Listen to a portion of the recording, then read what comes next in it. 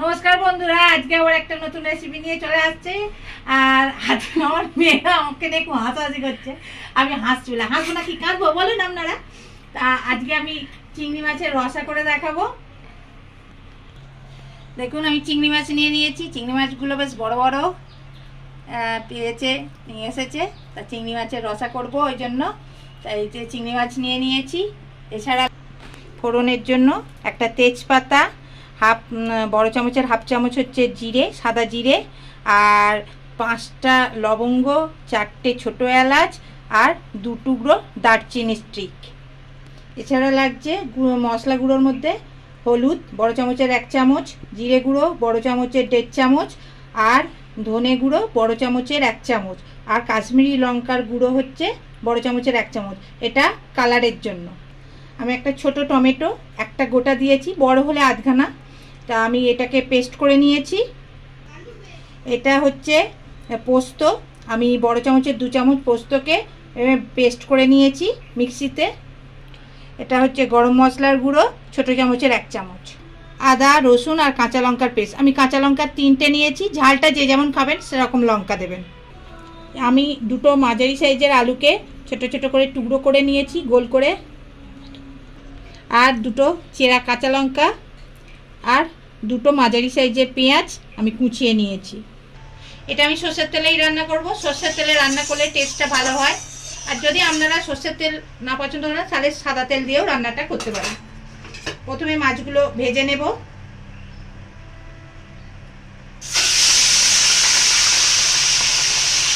তা মাছটা ভাজা হোক, তারপর কি করব দেখাবো। আমার ভাজা হয়ে গেছে।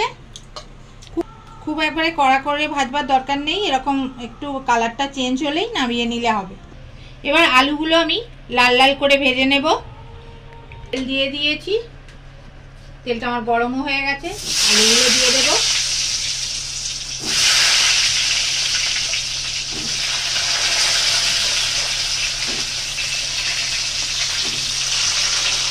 হয়ে গেছে, এবার তুলে নেব।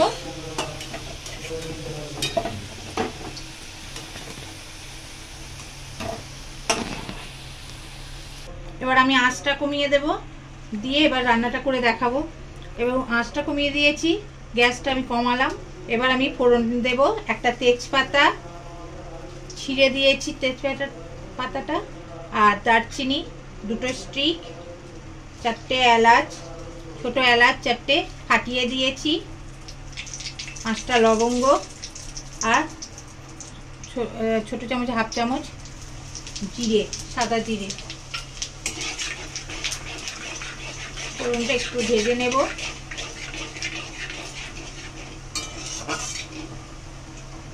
এবার যে পেঁয়াজটা কুচিয়ে রেখে দিয়েছিলাম সেটা দিয়ে দেব।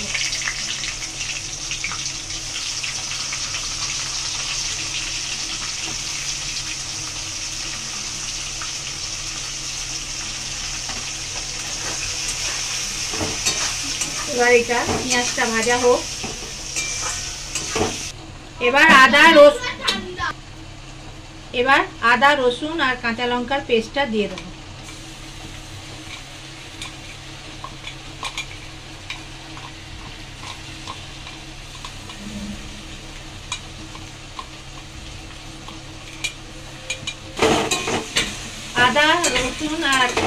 আদা রসুনের একটা কাঁচা গন্ধ থাকে, যতক্ষণ না এই গন্ধটা যাবে ভালোভাবে তেলে ভেজে নিতে হবে।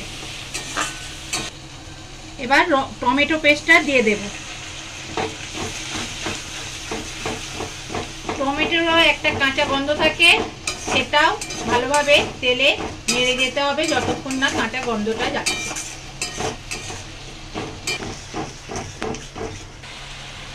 এবার গুঁড়ো মশলাগুলো দেব, জিরে, হলুদ, ধনে আর কাশ্মীরি লঙ্কার গুঁড়োটা ভালোভাবে কষিয়ে নেব।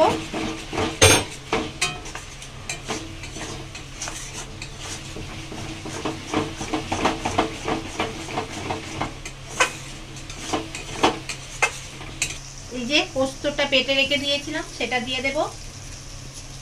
বাটিটা ধুয়ে জল দিয়ে দেব। এবার ভালোভাবে কষিয়ে নিতে হবে পোস্তটা দিয়ে মশলাটা, যতক্ষণ না তেল ছাড়বে। এবার আলুগুলো দিয়ে দেব, দিয়ে ভালোভাবে কষিয়ে নেব। চিংড়ি মাছটা দিয়ে দেব, দিয়ে ভালোভাবে কষিয়ে নেব।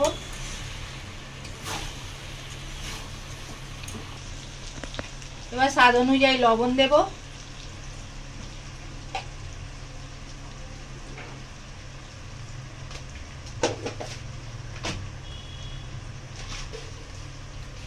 সামান্য 1 চামচ চিনি দেব। চিনিটা দিলে দেখবেন রান্নাটা খুব টেস্টি হয়। এবার জল দিয়ে দেব,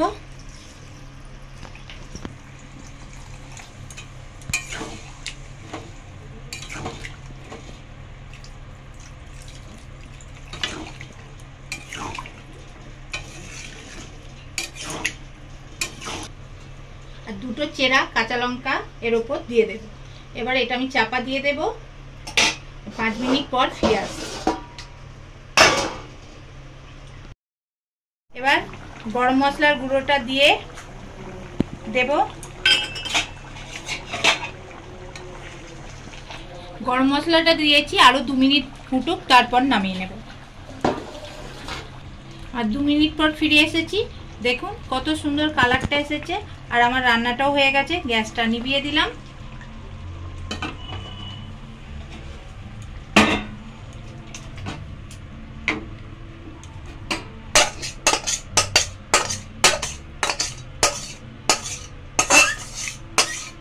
রসা যেহেতু, তাই জন্য একটু গামাখা হবে।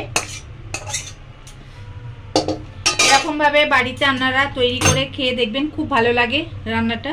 আর আমার চ্যানেলটা বেশি করে দেখবেন, সাবস্ক্রাইব করবেন, বেশি করে শেয়ার করবেন, লাইক করবেন, কমেন্টস করবেন অতি অবশ্যই। আর আজকের ভিডিওটা কেমন লাগলো সেটা জানাবেন লিখে। নমস্কার।